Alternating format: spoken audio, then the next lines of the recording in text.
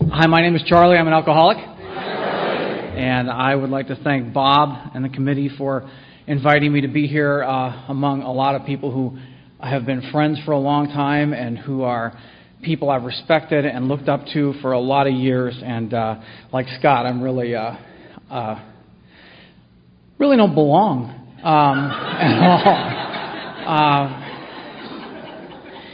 Bob told me my subject this morning is to be sex and fear, which are the building blocks for any AA relationship. I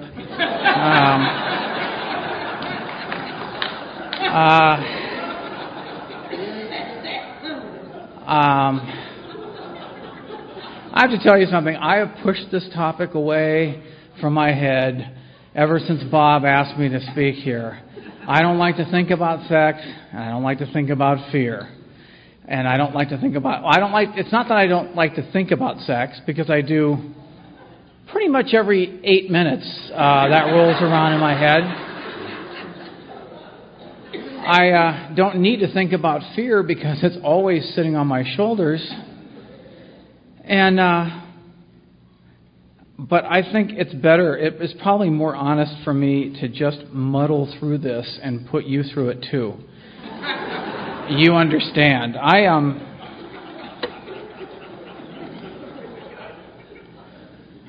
Whenever I think one is given the subject of sex at an AA meeting, everything that comes out of your mouth becomes a double entendre, whether you intend it to be or not. Everybody's nervous about sex, even though there are a lot of people who have a lot of bravado regarding sex. I'm not one of them. Sex has been... Where do you start in a topic like this? I don't know. How about my first sexual experience? That might be... No, I'll tell you about it because it will give you an idea of exactly what the problem is.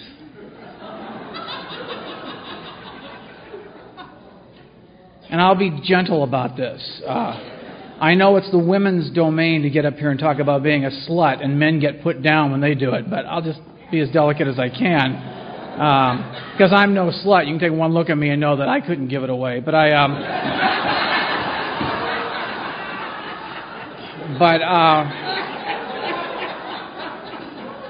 I keep my clothing on as a public service, if you know what I mean.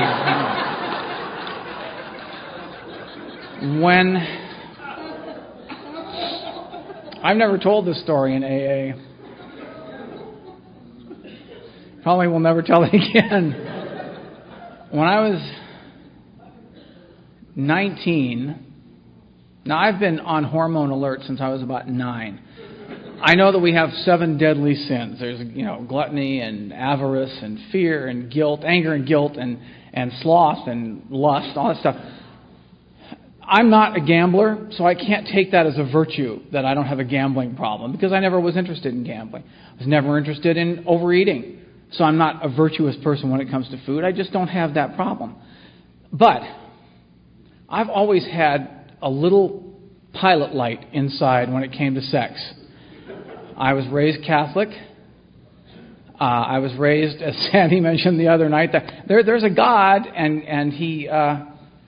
this is sort of an addendum to what you said about God having loved His only Son and killed Him. And where does that leave us? But I was led to believe that God gave me instincts, including sexual. Otherwise, there wouldn't be other people, which would have been fine with me. But that's an entire different evening. But I've always felt that God gave us all these things to grapple with, just wrestle with that stuff about, feeling attracted to women all the time and having that, just want to, the imperious urge, as the book calls it. And but I know, too, that if you do it, you're going to get punished.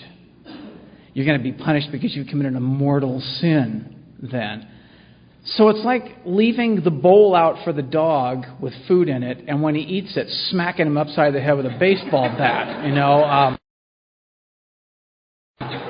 It just doesn't seem fair to me. And people say, well, life isn't fair. Well, that's not enough for me. That explanation is not enough. And God loves you.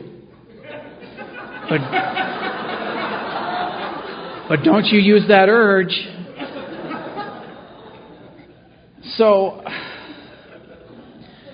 consequently, I spent my sexual maturity years revving the engine at about 5,000 RPMs in park.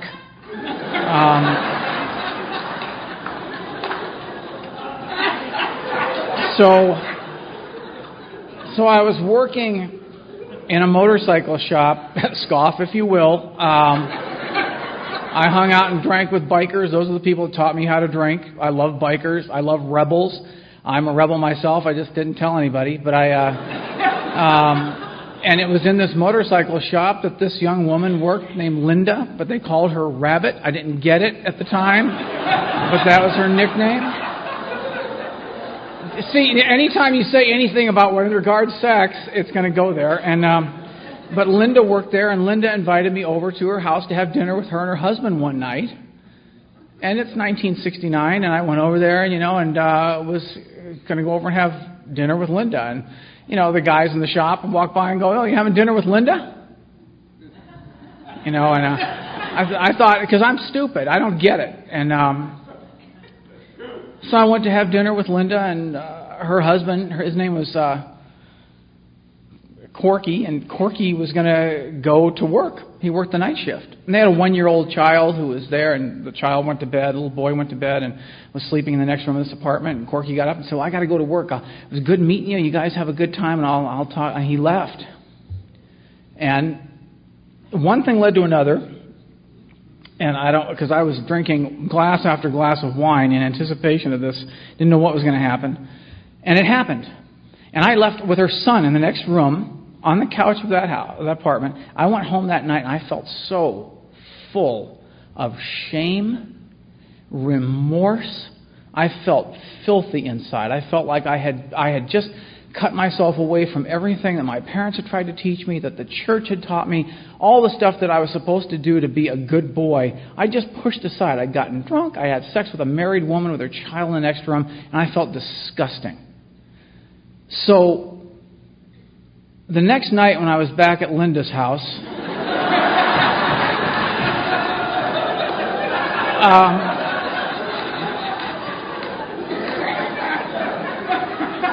you don't even need to know. I'll let you just take it from there. That's my experience with sex, is a moment of... It's like anything with alcohol. See, alcoholism is not the fact that, as the other speakers will tell you, and as Clancy said last night and Scott said today, it's not about how much alcohol I drank or what I did under the influence of alcohol. Alcohol relieved me of all that guilt and shame and embarrassment to go ahead and do it again. Because the anticipation that alcohol gives me about any situation that's about to happen is greater than anything I can ever think of. I never got any anticipation during prayer, I never got any anticipation of something great about to happen in the middle of a rosary, I don't say that to mock people who are Catholic either. I just never got that same anticipation. But when I started drinking, oh man, I'm riding the wave. I'm on it, and it makes me feel better. And I can rationalize and eliminate all that guilt and remorse when I drink alcohol. And as someone who has always felt, I hate the term less than, it's an incomplete sentence. I just felt like I was not up to speed with the rest of the human race, especially males. I wasn't like a guy's guy. I don't like football. You can tell that my hockey days are ahead of me, and I am not into that stuff. I like literature. I like reading. I like stuff that's a little more sedate, because I was always sick when I was a child, and I've always been embarrassed about who I am and what I am, and I don't know where that came from. It certainly didn't come from my parents. They never imposed any of that stuff on me. When I was at my 10-year high school reunion, I had a crush on a girl named Joan in my my high school class. I mean, I thought she was just it, and I just adored her from afar. But Joan was, I think, dating one of the Green Bay Packers at the time, and she was just a great. But she was great. You know, she was like a prototype hippie type, and she was hot. And I never said a word to her, you know. And so I went to my 10-year reunion, and I went with my then wife and walked in, and the first person I saw was Joan. And she came running up and said hello, and she turned to my wife and said, "I had the biggest crush on your husband when I was in high school." Yeah, my first reaction was, "Why didn't you say anything, you tart?" You know, well, now it all comes out when nothing can happen. Now my wife knows, you know, and it's that, and then that sense of, and it's like Sandy was saying, there's the childhood I had and the childhood I remembered. I remembered not her being unattainable, and then I realized 10 years later that she actually liked me. God damn it! It's like, no, I mean,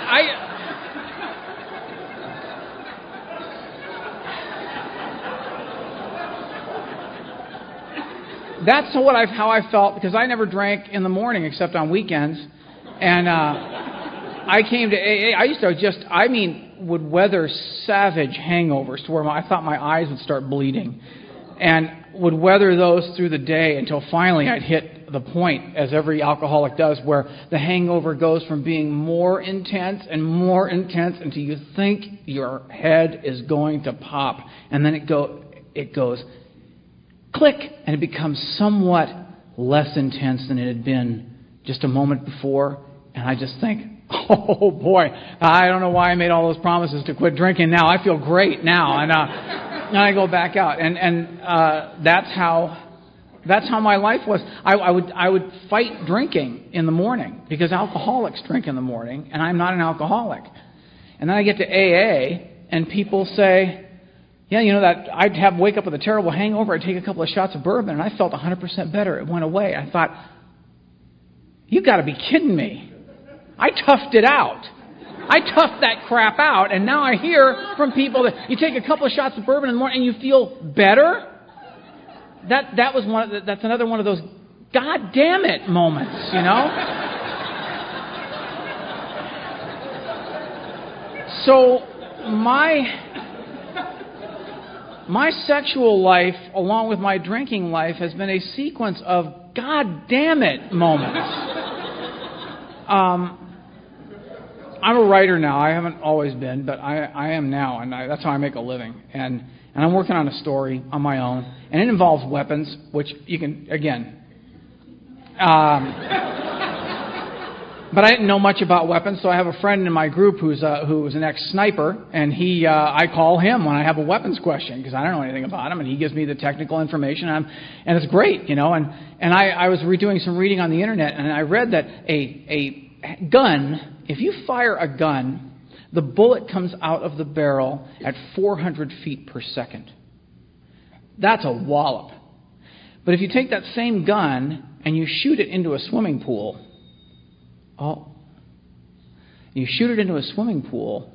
it comes out of the barrel at 400 feet per second. It hits the water. It goes about 2 feet into the water at that same speed, and then it just stops and harmlessly drops down to the bottom of the pool. Such is the trajectory of my life.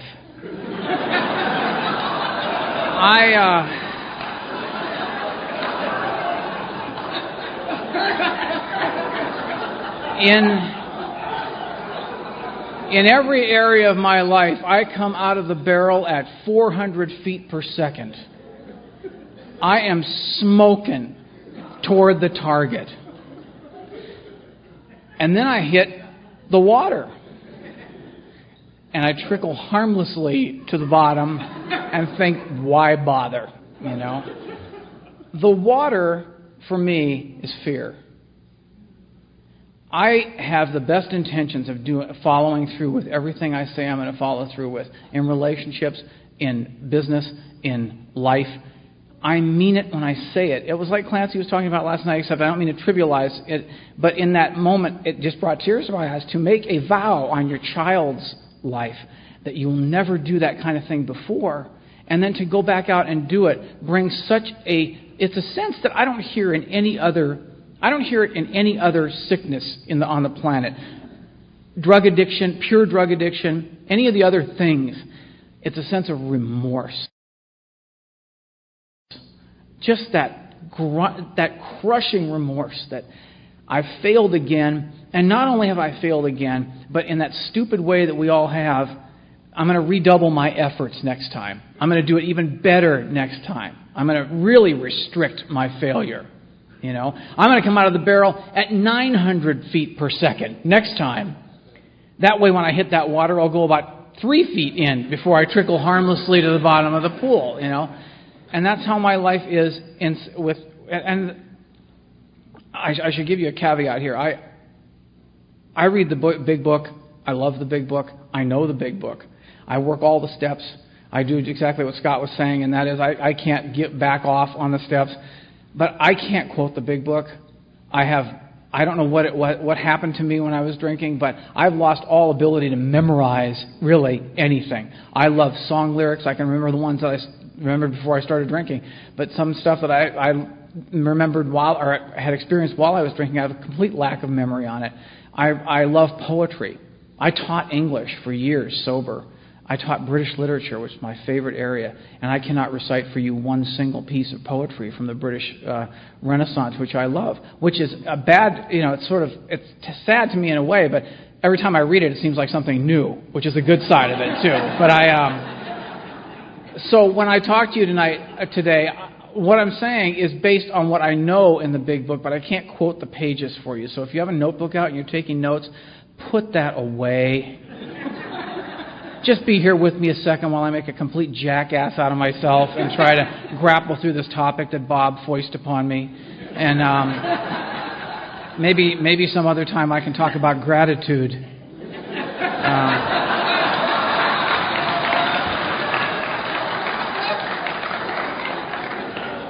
Which around my AA group is called the suicide topic.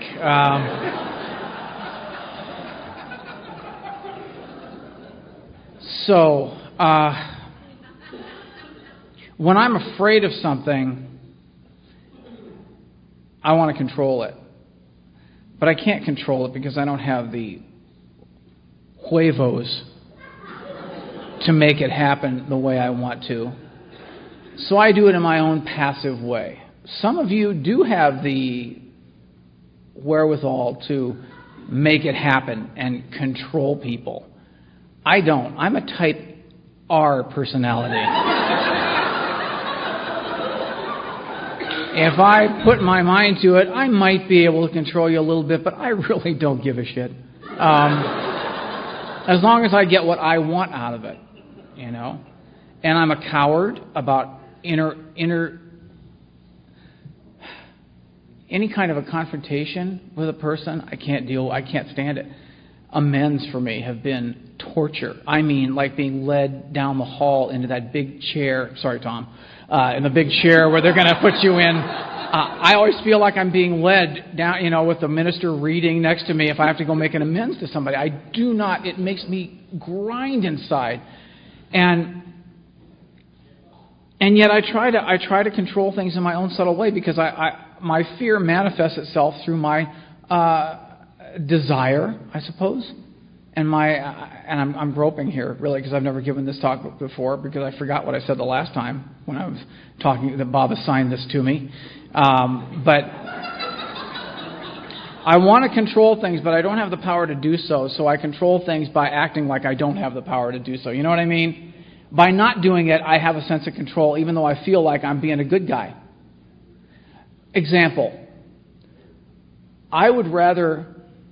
It seems much better for me. It seems very cruel to me to have a one-night stand with someone and then the next day say, it was nice, but it was a one-night stand. Let's just call it what it is, and I'll see you later. Sorry if it hurt your feelings. I find it far more humane to extend that into a 3-year relationship to the point where all you want to do is exchange gunfire with this person in the living room. I find that far more compassionate than to just break it off during the post-coital conversation, if you know what I mean.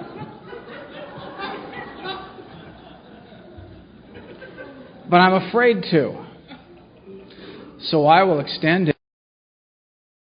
it until it's just overwhelmingly uncomfortable, and then I drink. And when I drink, I can rationalize the way I felt. I can play that mental anticipatory soundtrack that goes on about how it's going to be better next time. And once I'm free of all this, then I can go somewhere and I can be myself. Because every time I've been involved with a person when I was drinking, and in some part of my sobriety, I have been believing that I'm a certain person in front of this person, and then I have to be left alone to go be who I am. Because I have to fake it in front of you in order to make you like me. And if you like me, then I feel like I've gotten what I need out of it. And that's selfishness. That's self-centeredness. That is what I feel is probably the root problem that the Big Book talks about in sexual dealings, which I know is on page 65 or 67 through 69 and thereafter, is that what happens is I objectify another person. And when I objectify another person, I turn them into an object. What I've done is I've taken their humanity away from them, and I'm using them for my selfish purposes.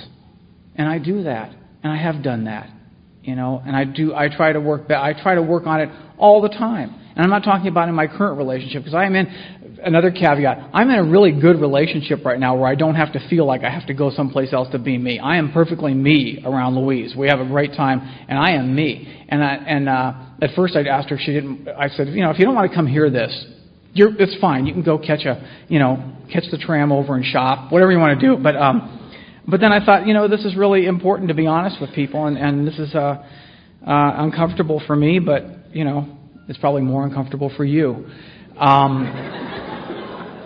But I objectify people, and objectifying people can happen in sexual areas.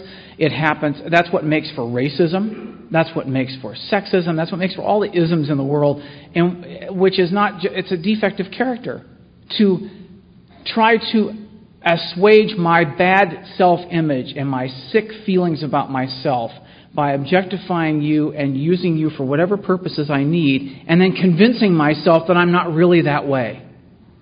I'm not really that way. I only did it because I was trying to be helpful. I only did it... Well, no, is that not true, though? I mean, I only did it because I'm trying to be helpful. I only did it because it seemed right at the moment. Everything seems right at the moment when you're drinking. And I always woke up the next day with that sense of terrible remorse and fear, seized with that fear that, oh my God, I might be the person that I hate the most. I might be the person... Now, that was not a conscious thought because I never said that to myself. I learned that after taking inventories, that I'm not the person that I convinced myself I was. What I was the person I convinced myself what I was the scaffolding I'd built around myself to protect that thing that goes on in here that's so shameful and so full of remorse that I can't even touch it. So I put this out here for you and carry that mask around. And for a long time, alcohol filled the gap between what happens inside here and the back of that mask so I could make you believe that I am what's on that mask. This is really me. And then, as anybody in AA knows, the alcohol stops filling the gap over a period of time until pretty soon, on the 11th of June of 1981, I was holding that mask out there for everything I had. I mean, everything I had. And there was nothing between the back of that mask and right in here. And I was as drunk as I've ever been in my life. And it just didn't fill the gap anymore. I could get a few moments of anticipation. I could get a few moments of that sense of being present for a moment, and alcohol giving me a sense of control. But I couldn't get the power from alcohol that I got before. And I think that's probably the most terrifying thing for an alcoholic, is to find out that you can't get... It's like starting your car and it doesn't turn over when you've got to get somewhere.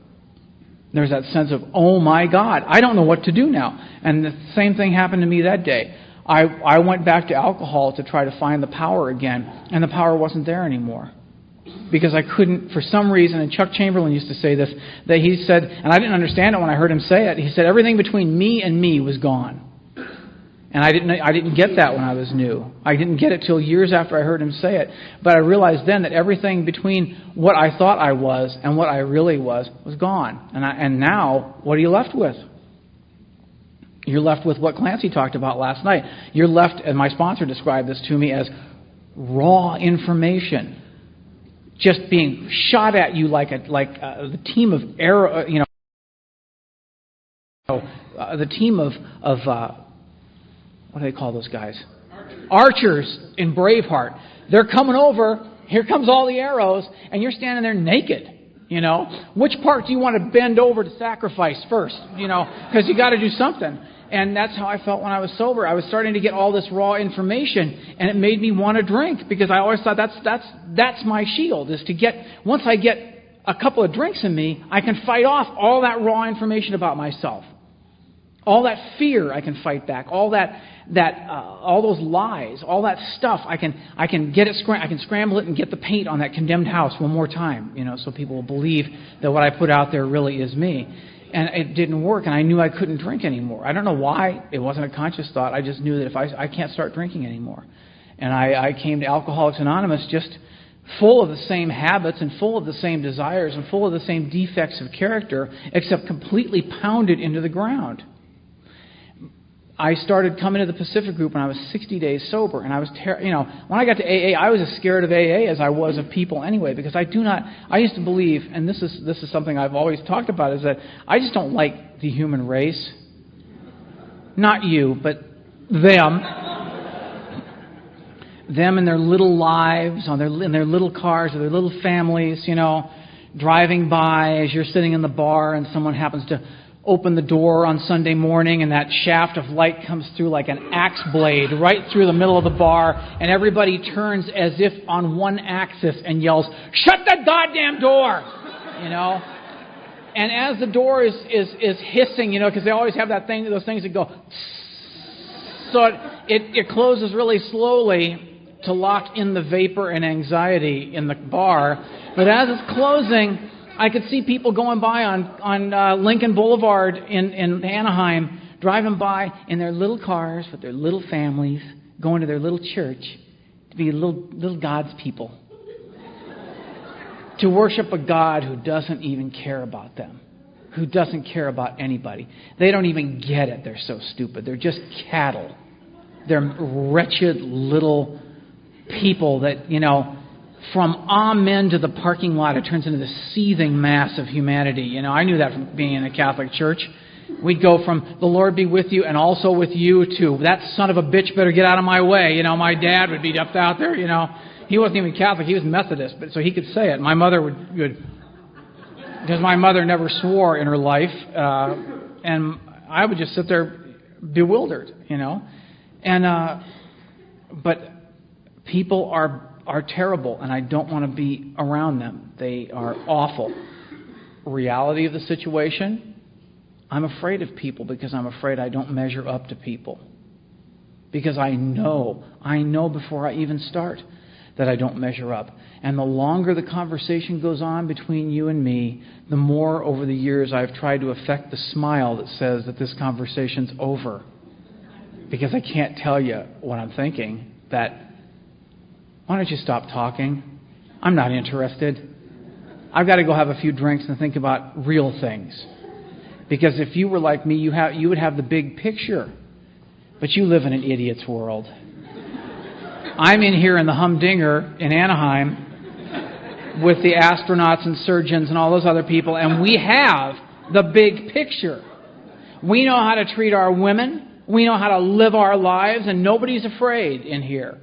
This is a safe place for people like me. I never spoke to another soul in the humdinger. Never talked to anybody in there. Just sat there and drank. But felt connected to everybody because we all knew, we all understood that we were doing something better in there than all those chumps that were out there doing, going to God, God's chosen people. I knew there wasn't. I believed in God. I'm like Clancy. I believed in God completely when I was a child. And as a man walking into AA when I was 30 years old, I believed in God, but I didn't believe that God had any interest in me. I thought if I just kind of ducked around a while, He'd forget about me. and I was sure he'd forgotten about me like everybody else had, and I was a victim, but I thought God was busy with all the people, up in the penthouse of life, all the good church-going people that keep their gloves in their glove box in their car, those people, really focused people people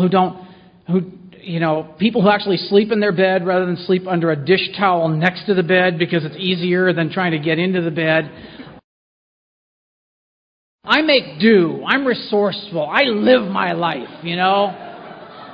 If I wanted to get in that bed, I would, but I just choose to lay here on the floor under a dish towel. You got a problem with that?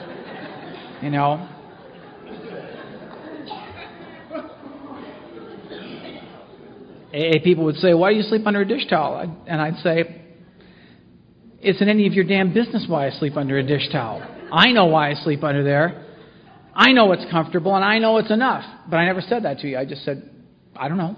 That's how my whole life was. People would ask me things. I'd say, I don't know. When inside the fears got me, and I'm thinking the only way I can get around this person would be to have them assassinated. I wish them dead. I had kids. There were kids in my neighborhood that I just hated when I was a kid, and was thinking, they came out in my inventory. I hated these kids because I knew they all understood each other better than I understood anybody, and I was never a part of it, and I hated them. And I used to fantasize when I was a kid. Every time we'd drive up to Bakersfield, my parents would drive me up to Bakersfield. It was like, again, going down the long hallway to the chair because we were going to go up and visit our family, and they were all huggy and kissy, and they're all from Fargo, and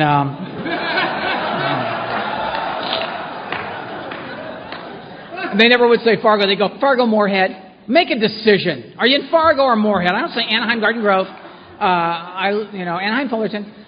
Make a decision. I know there's a Red River there, but just pick a side. And but all my family was from Fargo, and they were affectionate, loving. They cared about me, but I never understood that while I was in them.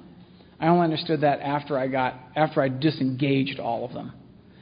And my life started, I was a man who had no ability to look at the future with any sense of comfort. And I was a person, when I turned and looked over my shoulder, was full of remorse and shame and guilt over the stuff that not only that I had done in reaction to fear, but all the things that I had chosen not to do because I was afraid to do them. Like try to be something.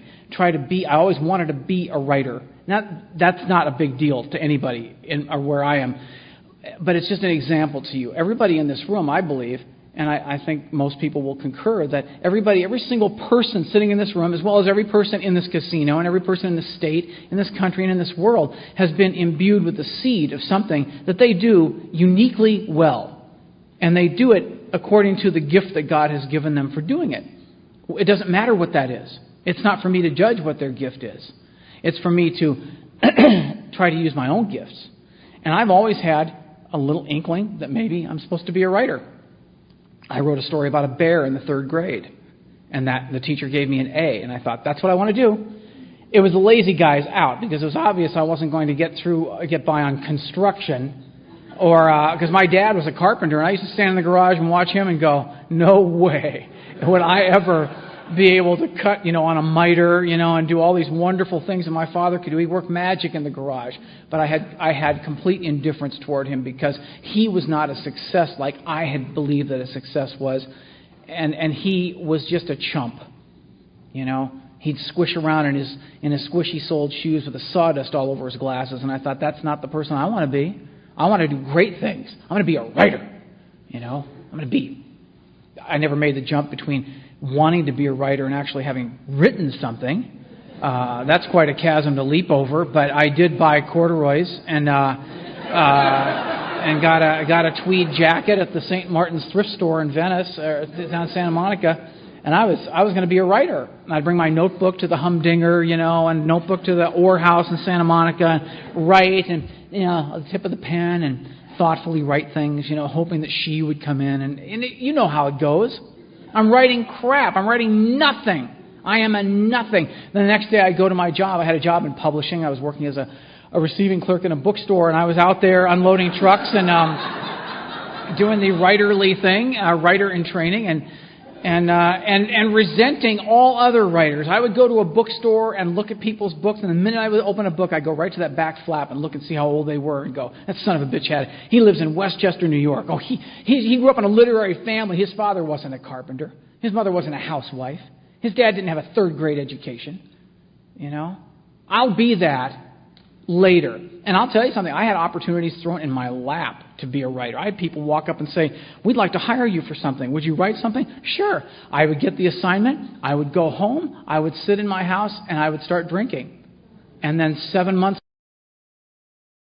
later, I would call them back and say, I think I have an idea. And they would say, that's great, but we already hired the people to do that, but thanks for calling back. And then I would go into anger and resentment about them and their stupid beliefs in what is good when I'm good.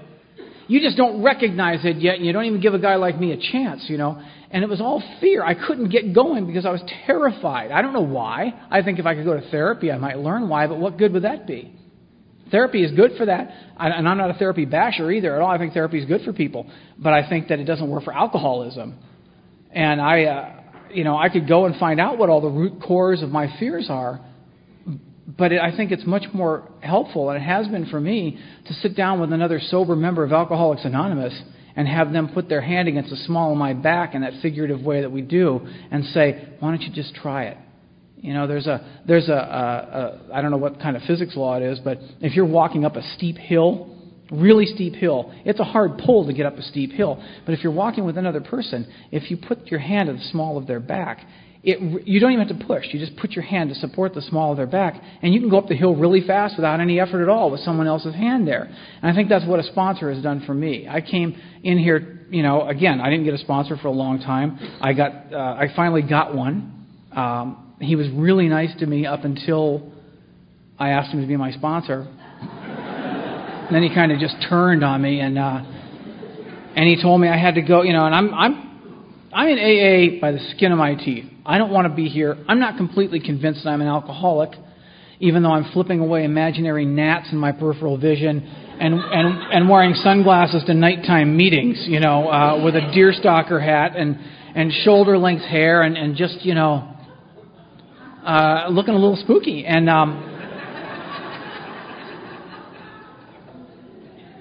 then Bill said, I want you to go to Clancy's yard on Saturdays. To do what? Well, you're going to play softball there and then play volleyball. I got to tell you something. I lived a block away from Clancy for 13 years. It was a 2-minute walk to his house to the yard. Every morning I woke up on Saturday morning, my feet would hit the floor, and the first thing I would say is, shit. It's Saturday morning, and I've got to go to the yard. And I didn't live right near. The first time I went to the yard, I was living in Anaheim, and I slept in that morning, and I went to the yard about 10 o'clock, and it started at 9:15, and I didn't know who Clancy was. I never met him before, and I came there, and I asked some guys, I'm here, how do I get to do what everybody else is doing? Like, I really want to do it. And I knew I'd have to report back to Bill. And so one of the guys put his arm around my shoulder and he goes, you see that guy with the glasses out there on the pitcher's mound barking at orders at everybody around there? Go up to him and tell him you had to sleep in this morning and ask him if he can get you on a game. So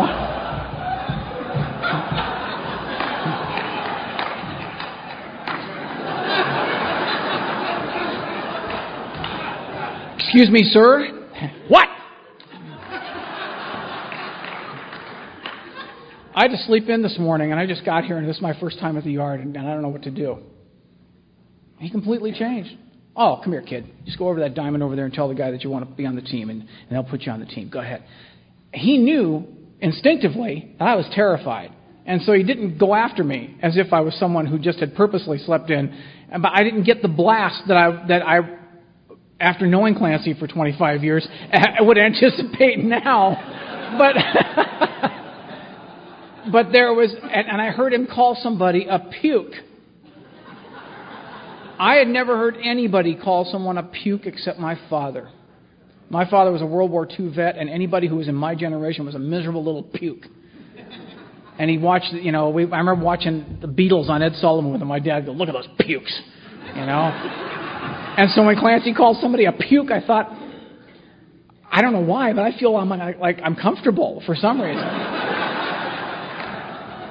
But the point of this story is that I was terrified the entire time I was doing this. I'd get to the yard and and I got to be a poop scooper. Yeah, there was a pony at the time who ate a lot and made a lot of deposits in that bank, and I was a poop scooper, and then I got to be a wheelbarrow man. I never got to be a pointer. I never quite had that, because they have a pointer that goes around and points with a stick is where the deposits are, and we clean up the yard because we're going to play in the yard. People say, how come you have to clean up Clancy's yard? Well, if you want to be having a picnic lunch later in the day, you want to be sure you got that place spick and span before you get going, But I would do that and I didn't do it because I wanted to, and I didn't do it because I loved the smell of horse and dog turds in the morning. I did it because it kept my mind off the fact that I was afraid to be there. I was terrified to be there. And I also did it because my self-worth was so shot that when Clancy said that the poo scoopers get coffee first and get in the front of the line, it made me feel better about something. That's where I got my first taste of self-worth, was shoveling poop in a backyard of some guy I didn't even know.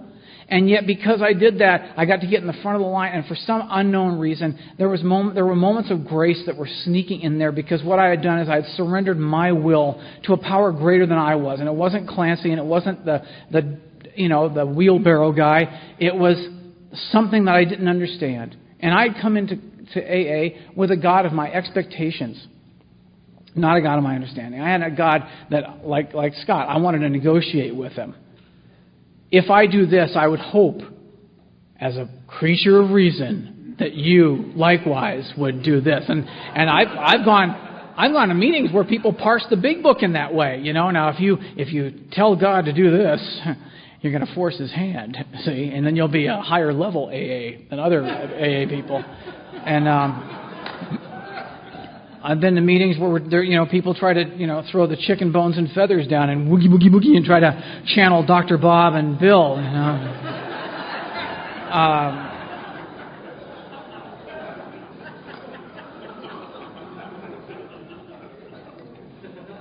The only thing I have found that works on fear is surrender, and that sounds like it's against every principle I've ever known, is to surrender to fear. And yet, it's the only thing that has ever worked for me, because now I'm going to use the yard. I went to the yard for 3 years. I was there every Saturday.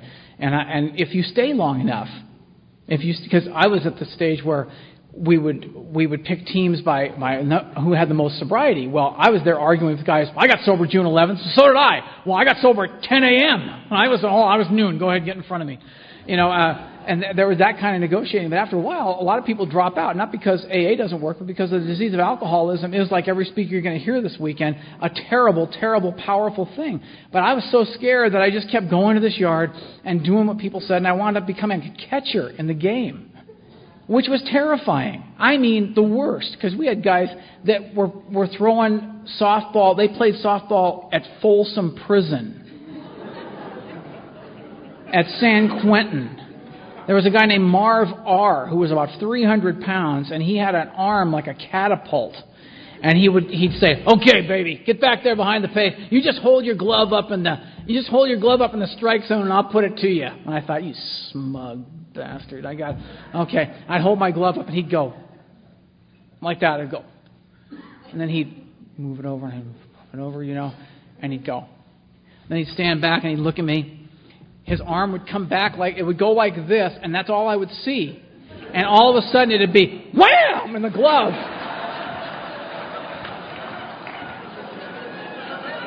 I've got the ball in the glove. Take the glove off, put my hand under my arm, time out.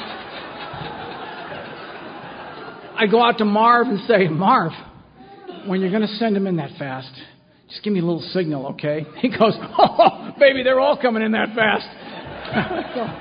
Oh, jeez. And the whole game, I was just peeing my pants back there. I'd look at Marv.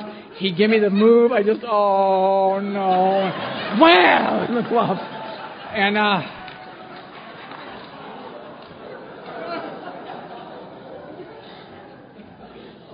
I would leave that yard at 3 o'clock after playing a game of volleyball and further humiliating myself.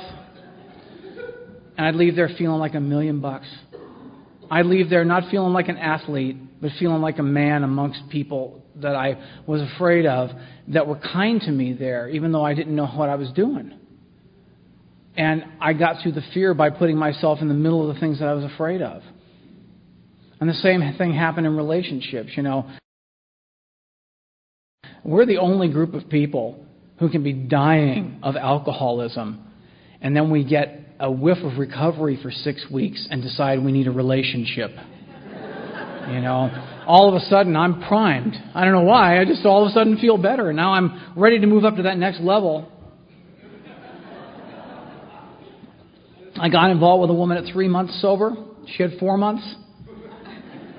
And we started doing the things that, you know, because it was fear. I was getting a divorce at the time, and I was insecure, and that's my fallback position, is to try, you know, she and I started hanging out together, and I started doing the things that we do. I started ditching going out for coffee after the meeting. I started hanging out with her and getting to the meeting right up before it would start. I started not going to the group things because we were going to go do something else. And this went on for about 6 or 8 weeks. And eventually what happened with her was that she was a month ahead of me, and she started to change a month before I did. And she took a look at me one day and went, "Ew." I'm not in this anymore. I can't deal with this anymore. And you talk about a tailspin and grass stains on your head. I went into I collapsed. I was a mess, a wreck. I went, and it's too tawdry a description of the story, but a further story. But I called Bill, and I said, she split up with me. I don't know what I'm going to do. And he said, "Oh, now you're getting it. You know, why don't you just come to the meeting tonight?" And I was going to drink that night, but I had told a guy named Luis M., who's still sober in my class. I told him I would stack chairs for him that night, and I didn't want him to be mad at me, so I went to stack the chairs. You know, and that saved my life. That commitment saved my life. Something stupid like that, because I did something through the fear that I had come to believe would make me feel better. And all this stuff has come out in an inventory. These things have come out in inventory after inventory after inventory, where I could see a pattern happening in my sense of relationships with women, relationships with other people, and the sense of fear that always was the water that I would strike and just fall into and become, it would just be over for me. And then I would have to drink to get back in the chamber again. You know, once I drank, that bullet's back in the chamber and I'm ready to go. You know, and I would just as soon not just cock the gun and just rub your finger on the trigger. Don't pull the trigger, because that's where alcohol took me, is just that sense that I am coming out of the barrel at 400 feet per second pretty soon. You know, and the minute something started to happen where I would start to get some success or start to be able to do something, bink, into the water, down. And that sense of remorse and guilt and shame and embarrassment and powerlessness. And I have to try to go do it again. And what's happened over the years is that, you know, I'm still friends with that woman. That lady that I was involved with when I was newly sober is now 25 years sober, living in New York, and has a family and has been going to AA ever since. And thank God that she discovered what she had to discover before, you know, a month before I did. But I've never had a thing happened to me in AA that wasn't good. And what I've learned is that I can do the steps without having to do them perfectly, like Scott was talking about. I do the steps much like I give AA talks. I stumble and mumble and do them haltingly and uncomfortably and with absolutely no polish whatsoever. But I do them. All you have to do is do it. It doesn't matter. I mean, Vince Wise says you got to look bad before you can feel good. And that's helped me because my sponsor has always been there. I have people in this room. I mean, I went through, I'll jump ahead a little bit. I stayed single for 17 years in sobriety. I made amends to my first wife. I had several relationships with people in sobriety, women that I really cared about. And we were able to end those relationships without any drama. It was just a discussion and an honest, respectful thing. Because what happened was I'd been learning to not make objects out of people that I desired as a way of satisfying something in me. I was tapped in, because of the program, into a power that I could turn to, my sponsor, to a power that I could pray to a power that, even though I despised people for a long time, when I was about a year,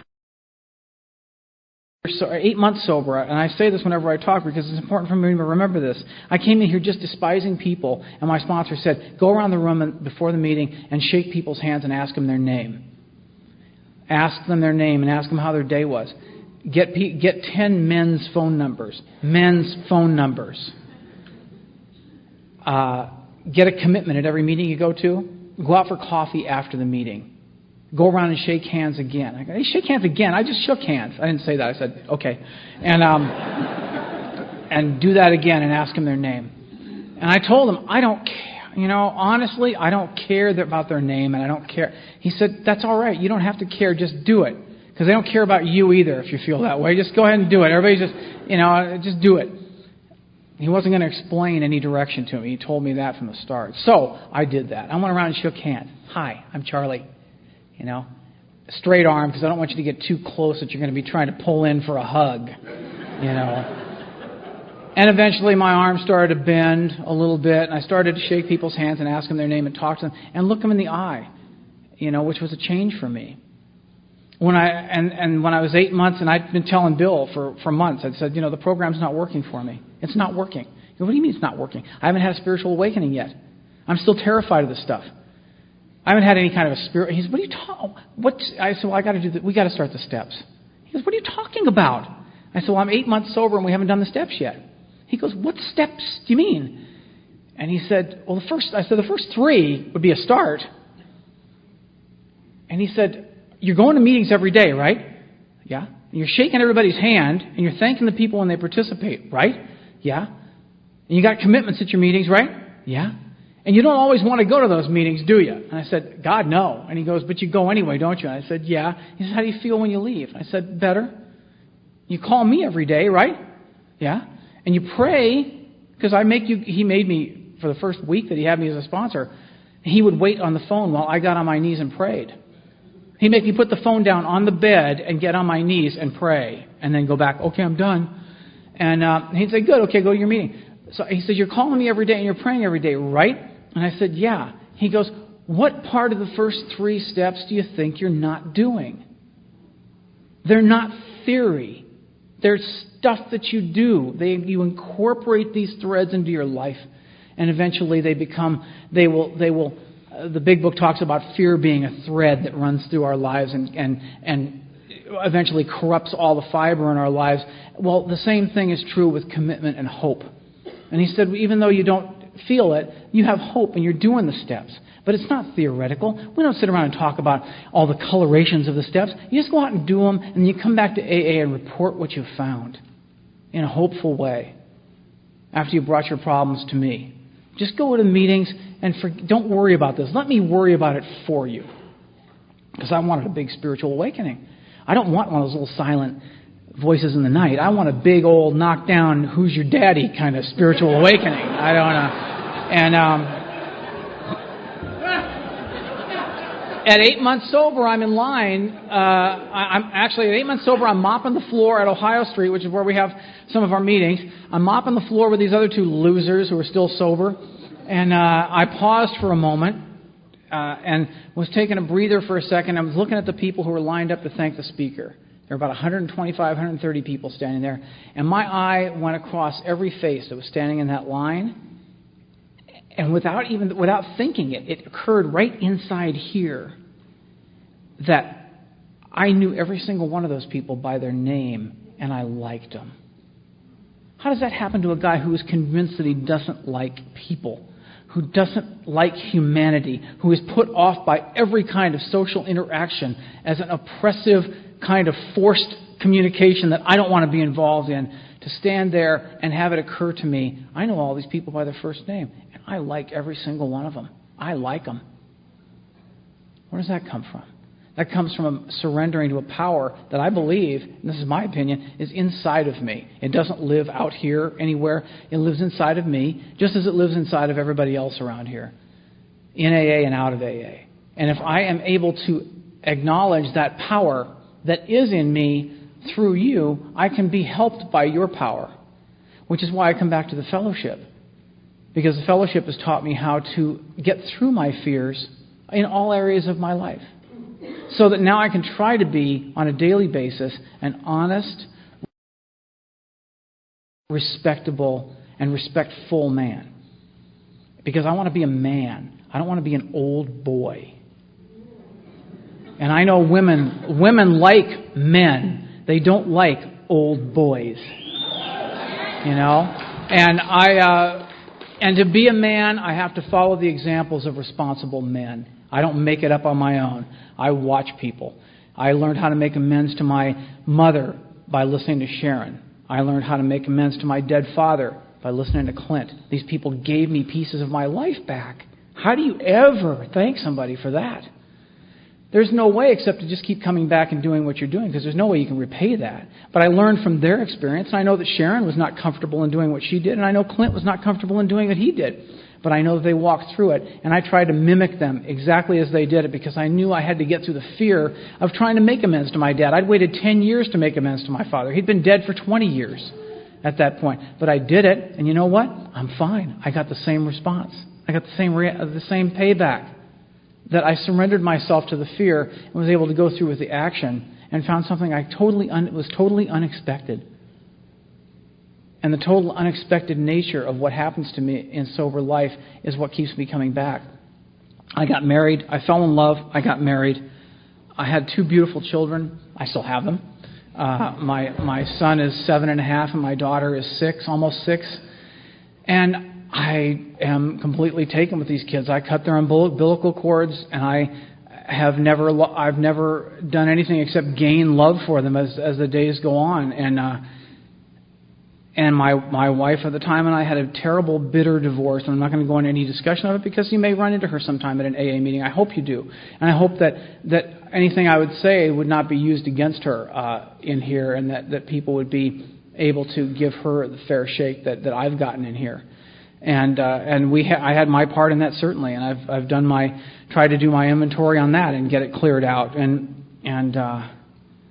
my children are my life, and I learned to get through the fear of being a divorced dad because I'd never been in a divorced family, so I didn't know what it was all about. And guys, there were men in my group who were divorced fathers who came through and taught me how to call my kids before they go to bed every night and wish them good night and tell them I love them. And as Clancy taught me years ago, but the single dads reminded me, the divorced dads reminded me that show up on time when you say you're going to be there to get them. Never change your plans at the last minute so that you don't go follow through with what you have to do with them. So I don't take any AA commitments on the days that I have my children because I'm inflexible in that area. I'm with my children on those days. I'm not going to have them as little kids for a long time. And I want to be with them, and I want to have, with the time I have with them, I want to be with them. Then here's another. I'll give you another fear story, and I'll be finished, I guess. About 2 years ago, I got invited to speak at a conference in Turks and Caicos Island in the Caribbean, and I'm kind of, again, I keep my clothes on for your benefit.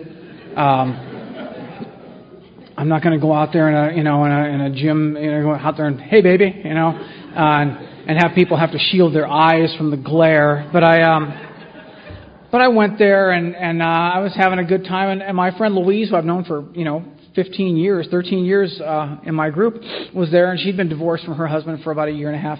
And I had been divorced from my wife for about 1 year.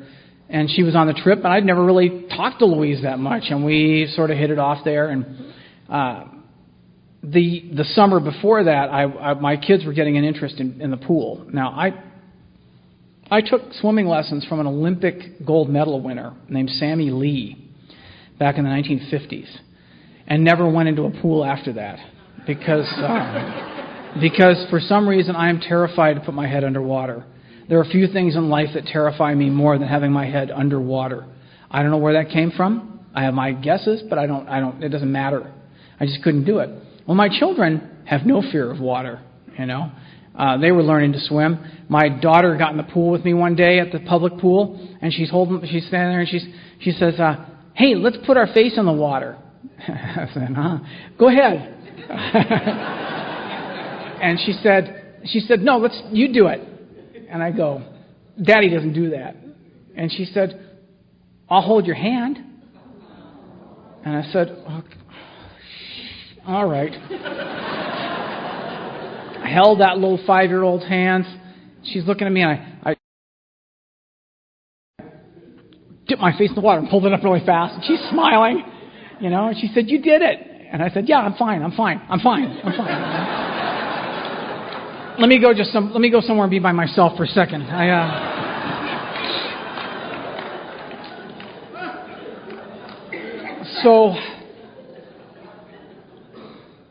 So over the year, I knew I was dreading summer coming. Oh, I was dreading summer. My son is like a frog in the pool. You see, he taught himself to ride a 2-wheel bike at age 4. He was swimming in a pool at age 5 like a frog, just swimming. And I'm thinking, oh no, he's going to ask me to go swimming with him someday. I'm going to have to avoid the pool. I'm going to have to find a whole list of reasons why you don't have to go in the pool. So I go to Turks and Caicos Island. Well, not only do they have a pool, but they have an ocean too there. And a friend of mine named Annie was there, and Annie said, "How come you don't go in the pool?" And I said, "I'm just not crazy about swimming." And she said, "You can't swim, can you?" And I said, "No, I took swimming lessons." And she said, "You can't swim. Are you afraid to go in the water?" I said, "Yeah, I am actually. I don't know how to swim. I'm afraid to go." "What are you going to do when your kids want to go in the pool this summer?" "I don't know. I'm going to have to figure something out." She said, "Would you like to learn to swim?"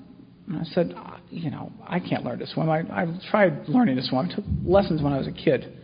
She said, "Why don't you meet me here at the pool at 3 o'clock this afternoon, and I'll give you a lesson." Okay. I'll be there. Well, again, down the long hallway to the chair. Go to the pool. There's Annie in her bathing suit, takes me by the hand. She says, "Walk up next to the pool." We get up to the edge of the pool, and she says, "Let's say a prayer. Let's ask God to be here and be with us. Let's don't be afraid of this. Let's ask God to be here and to do whatever He's going to do." And then she just jumped in the pool. We just both went into the pool. It scared the crap out of me. She just said, "Here we go," and she jumped in. And luckily, the pool only came up to about here, so I'm,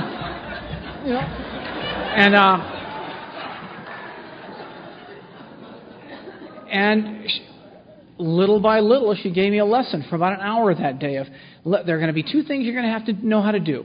One is called Marco Polo, and one is called Tea Party. Let's practice the tea party. I said, "What's the tea party?" She said, "That's where you sit cross-legged on the bottom of the pool." I said, "No way am I going to sit cross-legged. You mean with the water over my head?" And she said, "Yeah." So she made me do it. I put goggles on, I went under and did it. And so she said, I got out of that pool after about an hour and thought, well, okay, and she said, "Okay, I'll see you here tomorrow morning at 11. I got a whole week of this going ahead of me. This is Monday. So the next morning at 11, I'm out at the pool, actually that night at dinner at this island, I see Annie, and she pulls me over and goes, 11 o'clock. She was talking to another woman, 11 o'clock tomorrow. And the other woman says, "What's happening at 11 o'clock? And Annie says, "I'm teaching Charlie how to swim." And she goes, "Oh, you know what? I teach adults how to swim in Colorado." Her name is Laura Kay, and she lives in Colorado. And she said, "I teach adults how to swim. That's that's what I do for a living." And Annie turned to me and said, "That's God showing off."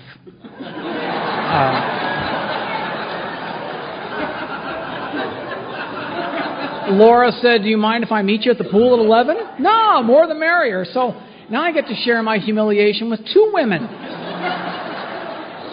Meanwhile, I'm talking to Louise every morning at breakfast going, I don't know how I'm doing this. I can't get in the pool. But you know what? I did it every day. I showed up twice a day, 11 and 3, every single day. And they taught me, Laura put her hand on my belly and helped me get across the pool. I learned how to backstroke. I learned how to dog paddle and put my face in the water until by the end of the week I could actually stay underwater and not panic and not be frozen in terror because I had 2 AA members who understood what fear is about, who understood how to get through fear and what people, and they also, more importantly, they understood what is at stake for people like me when it comes to fear. And that is, I will either walk through the fear or I will drink. Because I can't, how long can I make excuses with my children and feel like an abject failure with them?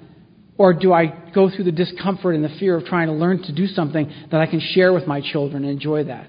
So the following summer, I got in the pool with my kids. They wanted to go to the pool, and Daddy swam in the water with my son. I dog paddled through the water, and I got there with my daughter, and my daughter was the same exact spot we were the year before. She goes, okay, let's put our faces under the water and look at each other. And I said, okay, let's do it. She goes, on your mark, Daddy, on your set, Dad, and go. And we both put our heads under the water and looked at each other and popped back up, and she's beaming. And I said, I learned to swim in February. I learned to do that this year. And she goes, I know, I taught you.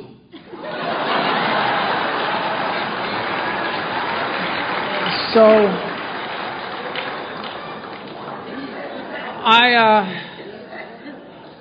let me give you this as a parting shot, and I'll sit down because I've gone over my time. But I learned how to ski in Vail, Colorado with an ex-girlfriend. Oh, and Louise and I snuck up on each other that week, and we've been dating ever since.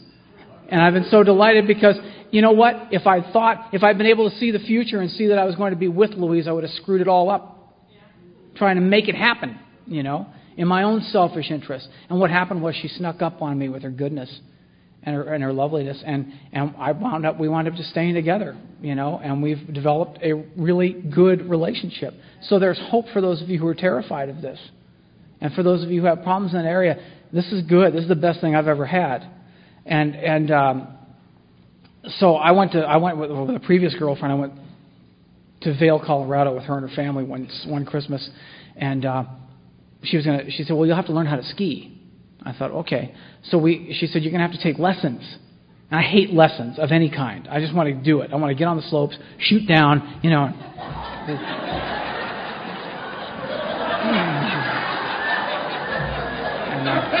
and then do that.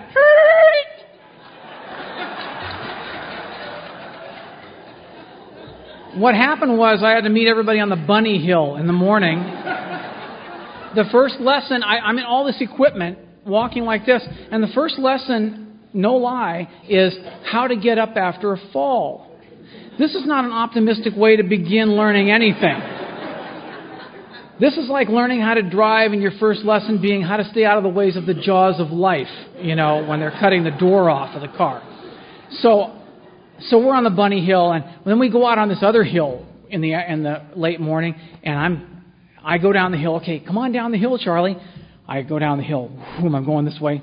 I turn, I go around this way, make my first turn, and then I slip and fall.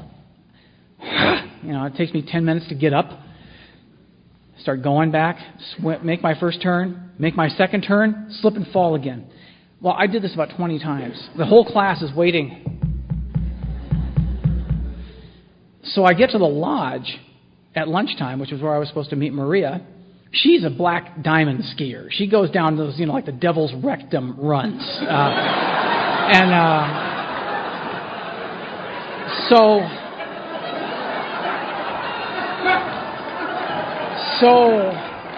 I'm sitting in the lounge. I'm soaked. I'm soaked and sweating at the same time and freezing. And she walks in with Hans or Otto or one of these guys, We were out in the back bowls being dropped out of a helicopter onto the slope. How was your morning on the bunny hill? I said, I keep falling. I had a lousy time. I keep falling down. She goes, you keep falling down? Why? And I said, I don't know. I just keep falling down. She said, well, let me go out with you afterward and after lunch and let's see what you're doing. So she was a good teacher and very compassionate. She's an Al-Anon. She said, just go up to the top. No, I'm not making that as a joke. Al-Anons are the only people who like us. She goes up to the top of the hill.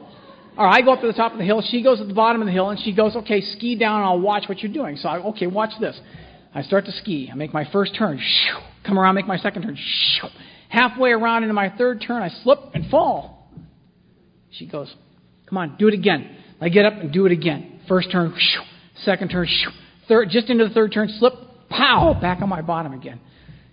I'm just furious. She comes walking up the hill. She says, I think I see what's wrong. I said, what's going on? And she says, you're sitting down. I'm not sitting down. I'm falling down. I wouldn't sit down. How stupid is that? I want to go down the hill. She said, no, you don't even know you're doing it. What you're doing is you're getting around the second turn, and you're going faster, and you start to get a little bit afraid, and you lean back toward the hill, which is a perfectly human, instinctive reaction, is to go back toward the hill rather than go that way. You lean back to the hill, and you sit down for your own safety. And it's purely instinctive. You don't even know you're doing it. I said, well, what do you suspect that I should do in that instance? And she goes, well, when you feel like you're scared and you're going to fall down, bend your knees and lean forward. I thought, oh, that's good. You know, I'm going into a skid. What do? Floor it. You know, so I told her that's I can't do that. She said, well, then you're on your own. I'm going to go. She went off with Otto to, chase elk somewhere. I don't know. But she, the next day we go skiing with her whole family. So we go to the top of the hill, and the top. I mean past the dew line, back where there's no vegetation at the top of this mountain, way up at the top. And we're getting ready to go, and all of a sudden the snowplows start coming over the hill. And they said, well, we're not going to wait for the snowplows. Let's go. And they all took off. All of them. Shoot, like a pack. And I'm standing there. Oh, Jesus. And I've got and little kids are going by down the hill. And I thought, well, I'm not going to get behind the snowplow. So I took off. And I'm going. I get down, make my first turn. Come around, make my second turn. Just like at the third turn, I start to panic. And it came into my head what Maria said, bend your knees and lean forward. I bent my knees, I leaned down the hill. Stayed on my feet, went around, bent my knees and leaned forward, came back around again, bent my knees and leaned forward, came back around again, and then I ate it big time. I mean, I hit that ground, my skis went this way, my hat came off, my glasses, some guy skied by and yelled, yard sale, as I went by.